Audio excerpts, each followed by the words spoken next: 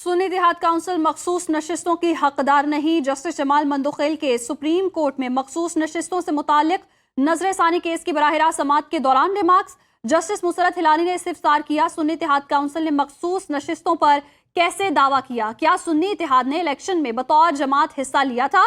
जो जमात पार्लियामेंट में मौजूद ही ना हो उसमें आजाद अरकान कैसे शामिल हो सकते हैं? आजाद अरकान ने जीती हुई जमात में शामिल होना था।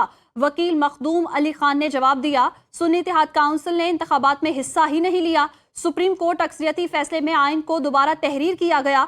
जस्टिस अमीनुद्दीन की सरबराही में 11 रुकनी आइनी बेंच कल फिर समाअत करेगा। जजेस के तबादलों में 4 मराहिल पर अदलिया की मंजूरी लाजमी है। सुप्रीम कोर्ट आइनी बेंच के सरबराह जस्टिस मोहम्मद अली मजहर के जजेस ट्रांसफर केस की समाअत के दौरान रिमार्क्स। कहा, मुतल्लिका हाई कोर्ट के चीफ जस्टिस जहां तबादला होना है उसके चीफ जस्टिस, ट्रांसफर होने वाला जज और चीफ जस्टिस ऑफ पाकिस्तान की मंजूरी लाजिम है। किसी एक मरहले में भी इनकार हो जाए तो तबादला मुमकिन नहीं। वकील फैसल सिद्दीकी ने दलाइल दिए, मौजूदा कानून में बदनीयती बरती गई, सीनियरिटी के हसास मामले पर अदलिया को अंधेरे में रखा गया।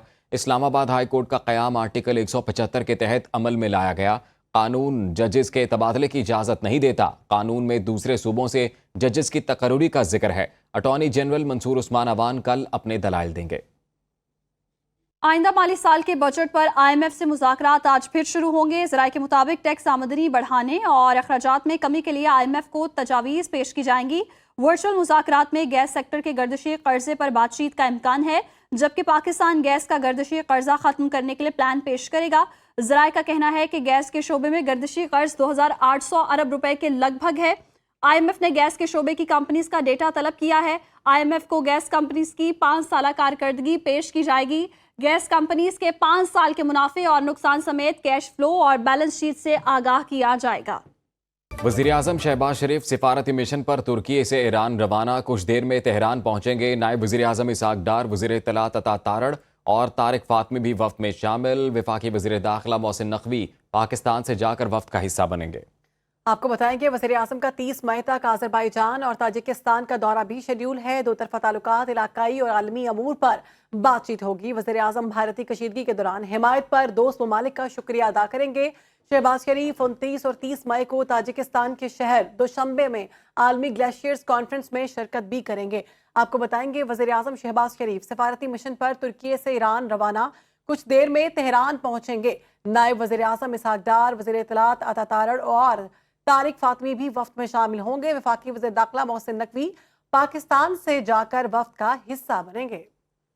सुन्नी देहात काउंसिल मखसूस नशिस्तों की हकदार नहीं। जस्टिस जमाल मंदोखेल के सुप्रीम कोर्ट में मखसूस नशिस्तों से मुतालिक नजरसानी केस की बराह रास्त समाअत के दौरान रिमार्क्स। जस्टिस मुसरत हिलानी ने इस्तिफसार किया, सुन्नी इत्तेहाद काउंसिल ने मखसूस नशिस्तों पर कैसे दावा किया? क्या सुन्नी इत्तेहाद ने इलेक्शन में बतौर जमात हिस्सा लिया था?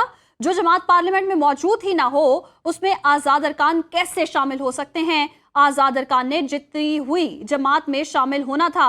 वकील मखदूम अली खान ने जवाब दिया, सुन्नी इत्तेहाद काउंसिल ने इंतखाबात में हिस्सा ही नहीं लिया। सुप्रीम कोर्ट अक्सरियती फैसले में आइन को दोबारा तहरीर किया गया। जस्टिस अमीनुद्दीन की सरबराही में 11 रुकनी आइनी बेंच कल फिर समाअत करेगा।